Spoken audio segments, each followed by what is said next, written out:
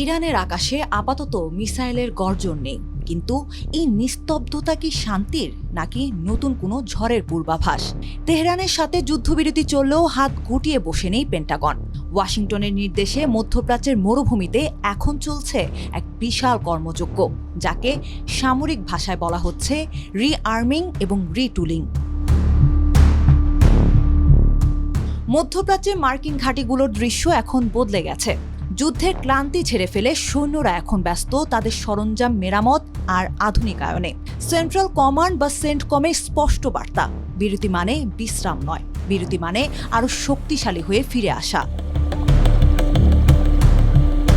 Middle east আইয়ের এক প্রতিবেদনে বলা হয়, এক সংবাদ সম্মেলনে সেন্টকমের কমান্ডার ব্র্যাড কুপার জানান, মার্কিন সামরিক বাহিনী বর্তমানে তাদের রণকৌশল ও কর্মপদ্ধতি নতুন করে সাজাচ্ছে। তিনি দাবি করেন, বিশ্বের অন্য কোনো সামরিক বাহিনী যুক্তরাষ্ট্রের মতো দ্রুত খাপ খাইয়ে নিতে পারে না। যুদ্ধবিরতির এই সময়ে ঠিক সেই কাজটুকুই করা হচ্ছে। সংবাদ সম্মেলনে ব্র্যাড কুপারের সঙ্গে উপস্থিত ছিলেন মার্কিন প্রতিরক্ষা মন্ত্রী পিট হেগসেথ।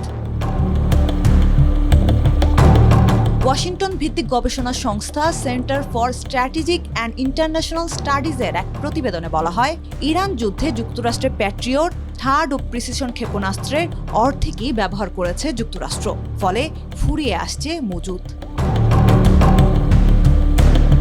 প্রতিবেদনে বলা হয়েছে, অপারেশন এপিক ফিউরি নামে পরিচিত এই সামরিক অভিযানের ব্যাপকতার কারণে যুক্তরাষ্ট্রের যুদ্ধাস্ত্রের ভাণ্ডারে বড় ধরনের ঘাটতি তৈরি হয়েছে।